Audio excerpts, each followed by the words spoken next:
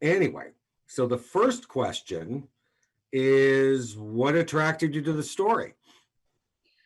Um, I liked the the messaging behind it and telling a story about schizophrenia and mental health issues in our youth, and I thought that that type of subject matter was really important, and I also really connected to my character, and I thought that she was relatable for a lot of young women, and I moreover related to her, um, so that excited me.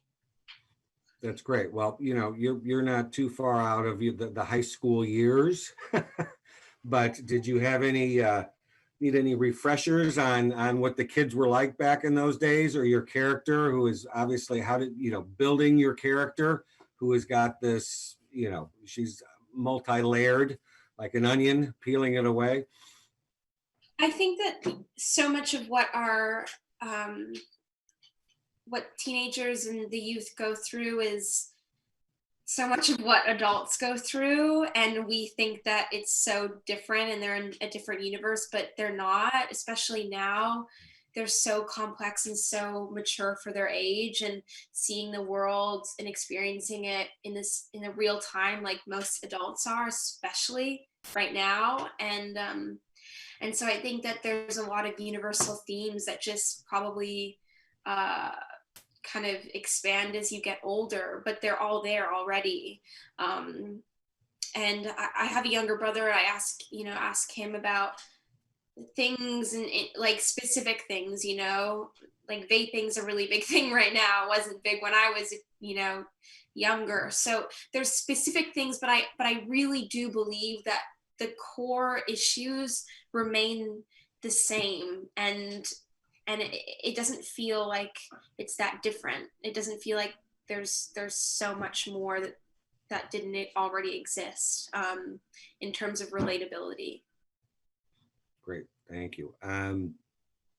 Now, you know you it's a heavy duty subject. It was there are there is a healthy dose of humor in there, which I think helps for the younger folks to relate to more so. But what was it like you getting into character? Because in a sense, I don't think it was CG in every scene. Here you are doing some scenes, but you have the hallucinations hovering around. Were you able to stay focused on what you had to get done in that scene, in those scenes? Not always. Distractions. I mean, not not always. We did the scenes first, just Charlie and I, and then they would come in after. So I had many takes where I was able to just kind of do it the way with him and see what that was like without the hallucinations. And then when they came in, it felt like I already had my footing to some degree, and that I could focus a little bit more and be more present and not as distracted.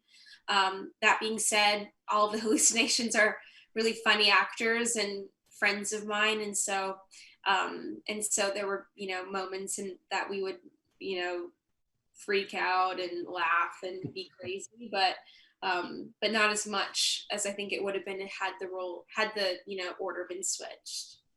Got it. No, makes total sense. And then just one side note, when you say, they're friends, but little 6 degrees of separation with Anna Sophia and your Bridges to Terabithia days.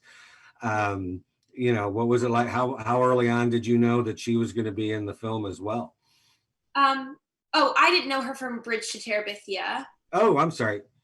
We did a movie together maybe 3 years ago. That's how. Oh, sorry. I got my movies mixed. Sorry. It's all good. It's all good.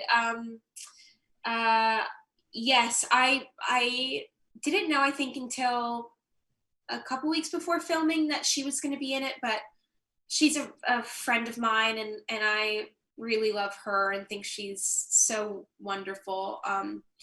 And it's great to work with her again. Molly Parker, I also worked with before, and Mhm. it was really lovely to work with her as well. And that's the best part about this business is you keep meeting the same people again and again and again.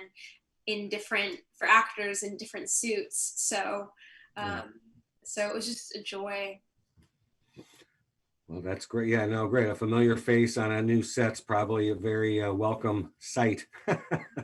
um, and one last quick question. You know, we're living in our new normal these days, and you know, the film addresses mental illness, schizophrenia directly, but it can touch on the larger. And the population these days is you know, you're hearing higher percentages of people with anxiety and depression and all these other different forms.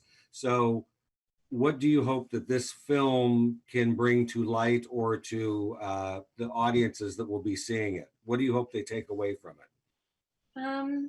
I hope that they can see their story mirrored on screen and that it's affirmative in some capacity. Um, I think that, you know, there's a lot of people that deal with this, and it hasn't, you know, been seen necessarily prior, and so I just hope that, you know, people can relate in some way, and if not, that they can learn something about schizophrenia and mental illness.